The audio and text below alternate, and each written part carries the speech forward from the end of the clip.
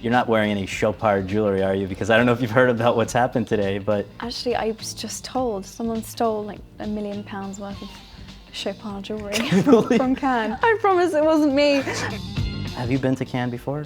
I haven't. This is only my second film festival period. I was pretty nervous before hitting that red carpet. I kind of had to try and come down from the adrenaline afterwards, not just of the red carpet, but also just of everyone seeing the movie for the first time. I was told that in Cannes, if they don't like your movie, you know about it. So, I knew that if we got praise, it would be honest, and we had a nice warm round of applause, so I was very relieved for that. My homie Mark. Hey. Hi, I'm Nikki. This is Sam. Hi. Oh my God, that's Paris Hilton. It's Kirsten Dunst. I just think Within 1 year, it's been both Perks and this, and is it sort of a conscious thing to be doing some projects that are so different from Harry Potter? Not really. I didn't have a strategy. The way I came to this role and to this project was because I had expressed to my agent how much I loved Sofia, and she said she wants to have a chat with you. So we went for tea, and I didn't know that this project really existed. I didn't know that the Bling Ring, that was what she was planning on making. And then it was only later that she sent me the script.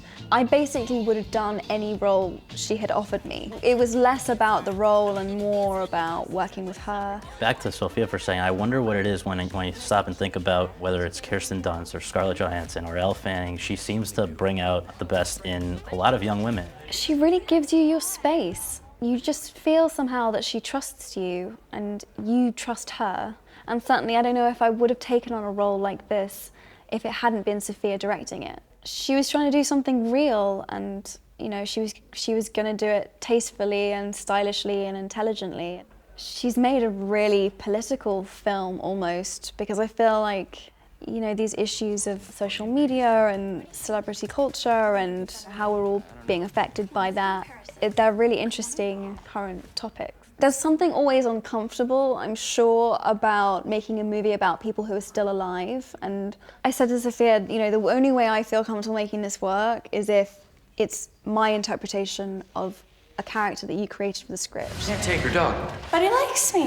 I think my biggest challenge, aside from the dialect, was just how do you make a character like Nikki, who is so delusional and absurd, how do you make her believable? How do you make people believe that a real person like this truly exists? I remember just going, oh God, I've actually got to be her now, and I've got to make it realistic, and it can't just be a joke. Like, she's really got to be real. You're stressing me out.